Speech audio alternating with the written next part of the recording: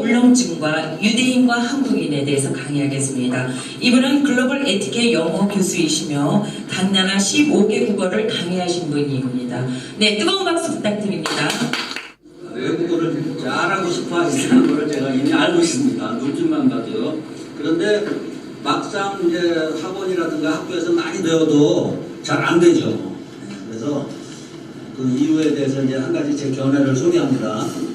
선진 민주의식을 가진 백인, 영국인을 딱 만났을 때는 너무 당황스럽죠. 그런데 소말리아, 아프리카 해적처럼 배우지 못하고 우리보다 후진성을 가진 사람을 만나면 소말리아 말로 우리 앞에서 막 떠들면 울렁증이 생기는 게 아니라 듣기 싫어갖고 go back to your country. 야, 니네 나라로 꺼져. 이렇게 말하게 되죠. 자, 그래서 외국어 울렁증이라고 해서 다 있는 것이 아니고 영미 선진국 사람들을 만났을 때는 울렁증이 좀 더 심해지고요. 그다음 후진 저기 소말리아 해적 같은 경우를 만났을 때는 외국어 자체에 울렁증이 없다는 겁니다. 이 간단한 견지관이 있죠. 자, 제가 영국 엘리자베스 여왕 왕족 귀족에 이제 버킹엄에서 아련을 할 때는 스쿨이라는 SCHOOL 스쿨이라는 단어가 생각이 안 납니다. 수출인가? 예, 뭐 이게 당황이 됩니다. 그 다음에 이제 정말 사랑하는 여자 앞에서 제 첫사랑 강미선인데 부산대학교 81학번 가정학과인데 그 여인 앞에서는 제가 말 한마디도 못한 것이 아니라 눈도 못 쳐다봤어요. 그러니까 이제 제가 뭐 한국어 단어를 모르거나 발음이 꼬여서 못해서가 아니라 그 여인의 얼굴도 못 쳐다봤기 때문에 말은 이제 벙어리가 된 거죠. 그래서 한국어 울렁증이 분명히 있다는 겁니다. 그 다음에 이제 무대 학과에서 제가 합술부장을 했었는데 마이크를 딱 잡고 조명이 딱 들어오니까 정말 하얘요. 천국성 하얘갖고 한국말이 전혀 안 나오더라고요. 그리고 이제 친구가 이제 약혼식을 할 때 제가 사회를 봤는데 그때 이제 군대 제대하고 저렇게 스님처럼 머리가 짧았을 때 사회를 봤는데 결혼식 사회는요 그냥 뭐 뻔뻔하게 하면 되는데 약혼식 사회는 양가 식구들 어색한 걸 내가 다 엮어줘야 돼요. 친하게. 그런데 머리도 짧고 경험이 하나도 없었는데 그냥 뭐 얼굴에서 두드러기가 나는 거예요. 그 상황에서는 평소에 제가 변호사보다도 말을 잘하던 사람이 한국 단어가 생각이 안 나더라고요. 그리고 이제 박근혜 대통령 꿈을 이제 한 7, 8번 꿨는데 양가 상견례하는 꿈을 꿨어요. 그래갖고 이제 부모님들 다 헤어지고 박 대통령께서 저한테 전화를 때리고 오셔갖고 딱 받는 순간 제가 따로 만나자는 메시지 같아요. 그런데 제가 이제 무슨 말을 해야 되는데 뚝뚝뚝뚝뚝 이러고 막 더듬었어요. 더듬으니까 박 대통령이 무슨 남자가 저렇게 용기도 없이 말이야 그렇게 전화도 못 받아요 하고 아쉬움을 이렇게 남기면서 전화를 끊으시는 그런 꿈을 꿨습니다.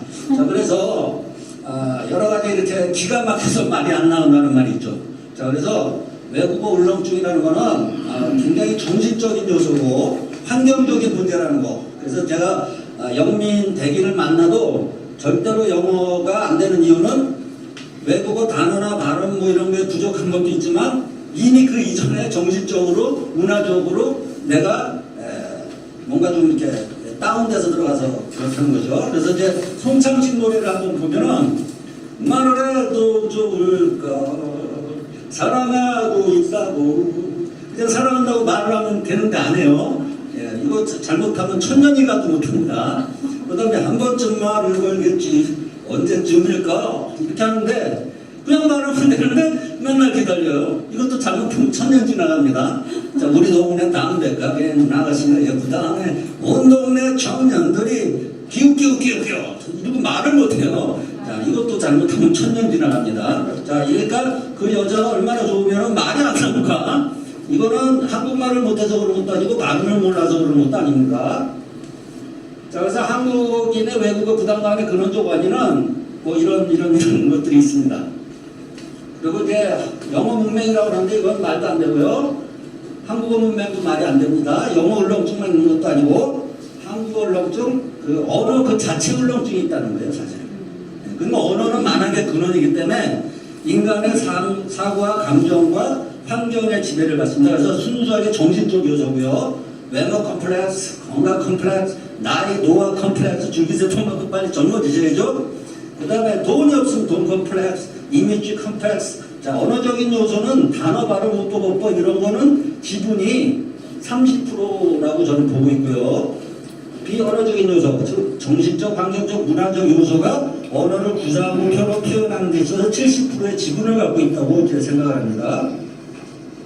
자, 한국이가 유태인의 이제 이런 게 있고요. 이거는 좀 중요해서 제가 꼭 짚고 넘어가겠습니다. 자, 주이시의 세계 각지의 생존 정략이 있었어요. AD 70년경에 이제 망해갖고 세계 각지로 먼지처럼 흩어져갔습니다. 환영받지 못합니다. 자, 첫 번째 의도는 율법 암송을 하고 모국어 히브리어를 2000년간 암송하면서 두뇌 개발을 하고 최고 교육을 실현했어요. 자기네 나라 말도 잊어버리지 않고 그 다음에 신앙으로 민족적 결속력을 유지했다는 것이고요. 두 번째 요소는 현지 언어를 여간 목숨을 걸고 했다는 거예요. 그래서 진정한 이중언어 구사자. 그러니까는 모국어도 안 잊어버리고 현지 언어를 배웠는데 현지 사람들보다도 더 깊고 넓게 배웠다는 거예요. 왜냐? 그들은 우리가 훈민정음 제자관리 모르고 가림도 문자 제자관리 모르고 녹도 문자 제자관리 모르고 한국말 막 쓰듯이 경상도 사람들한테 이제 와이레 쌍노 하고 이렇게 한자로 물어보니까 그 뜻을 몰라요. 그래서 저희들이 저희보다도 외국인이 오히려 한국말을 더 깊게 잘할 수 있다는 거, 그거를 유태인들은 강나라에서 언어를 현지인보다도 더 깊게 했다는 거예요. 그래서 무역 컴플레인 계약에서 컴플레인 나오면 소송 걸리면 유태인을 못 이깁니다. 그 다음에 그들의 철저한 경제관념은 자본주의를 창시한 자들이에요. 고기 대금업을 해서라도 먼지처럼 퍼져나가서 그러니까 율법을 암송하다 보니까 선민사상이 있으니까 얼굴만 봐도 어리다신 굴만 봐도 얄미워. 자기들 갖다 이렇게 다니니까. 그리고 돈도 없어. 그러니까 굉장히 그 천지를 받죠. 그걸 살아나기 위해서 이 사람들은 베니스의 상인에서처럼 게토라는 그 유대인 그 천민들이 사는 곳을 거기에서부터 고리대금업을 통해서 베니스를 전 세계 무역항으로 만들어서 전 세계 금융을 접수했다는 것입니다. 그래서 한국 사람들은 이런 세 가지 요소 중에 요 두 가지는 첫 번째와 세 번째는 우리가 따라가고 있어요. 그런데 두 번째만큼은 아직 조짐이 안 보여요. 그래서 우리나라가 여기 계신 누구라도 3개국어를 쉽고 재미있게 놀다가 보니까 되더라 이런 상황만 누군가가 해준다면 우리나라는 차이나타운과 유태인타운 전 세계에 있는 타운들을 다 이길 수가 있어요. 그렇게 우리가 굉장히 위대한 민족입니다. 그래서 이 언어적인 문제를 해결하는 사람이 대한민국의 차세대 지도자고 아마 제 개인적인 생각으로는 경쟁력을 높이는데 최고의 기여를 하는 구세주가 될 것이라고 생각을 해요. 그리고 이제 서양인의, 그럼 언어에 대해서, 언어는 만학의 근원이고 정신의 표현이라고 했는데, 서양인들은 세상을 바라보는 견시관이 어떤가? 개체를 봅니다. 개체주의예요. 그러니까 먼지 하나를 나하고 동급으로 보고, 먼지와 나와 우주를 이꼴, 똑같이 봐요. 그래서 먼지를 주어로 만들었습니다. The dust makes me very unhappy. 그 먼지가 나를 굉장히 불행하게 만들어. 평등합니다. 그래서 개체주의를 보고 개별주의, 개인주의, 개인 자유민주주의, 자본주의가 나오고요. 동양에서는 관계주의입니다.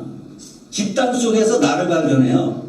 사회주의, 단체주의, 그리고 북한도 사회평등 민주주의 국가입니다. 근데 사회를 중심으로 해서 평등하고 백성이 주인이라는 거예요. 그러면 우리나라는 개인이 사회보다도 개인의 목숨과 생명이 더 중요하다는 거고, 이 사회주의 국가에서는 개인의 목숨과 자유보다는 사회의 평등이 더 중요한 거예요. 그래서 김정은이가 장성택이를 이렇게 척살한 거는 그 잔인성만 보시면 안 되고, 그 사회에 반사회적인 행동을 했을 때는 장성택의 개인의 목숨 따위는 아무것도 문제가 안 된다는 명분이 있기 때문에 그렇게 척살을 하게 되는 거예요. 자, 그래서 북한이 어떻게 민주주의냐라고 하는 거, 자, 이런 견시관, 그리고 공산주의가 나오고 이제 독재가 된 거죠. 그게 이제 문제인 거예요, 김정은 정권. 그래서 이런 어떤 견시관들의 차이를 알았을 때 세상을 바라보고 생각하는 순서대로 아는 단어 발음 신경 쓰지 마세요. 그러니까 저 인도식 영어는 발음을 전혀 신경을 안 씁니다. 유행 가면은 그냥 마음대로 해요, 발음. 근데 이 견시간에 의해서 아는 단어 툭툭 던지다가 보면 말이 되는 것이고, 일단 말이 되면 소통이 됩니다. 소통이 되면 그 다음부터 발음 교정으로 가면 되는 거예요. 그러니까 쉽고 재미있고 놀이처럼 이런 근원적인 거를 먼저 해결이 됐을 때 언어적인 요소인 단어, 발음, 어법, 문법을 치고 들어가면 외국어 공부하는 게 굉장히 재밌고 굉장한 놀이가 될 것입니다.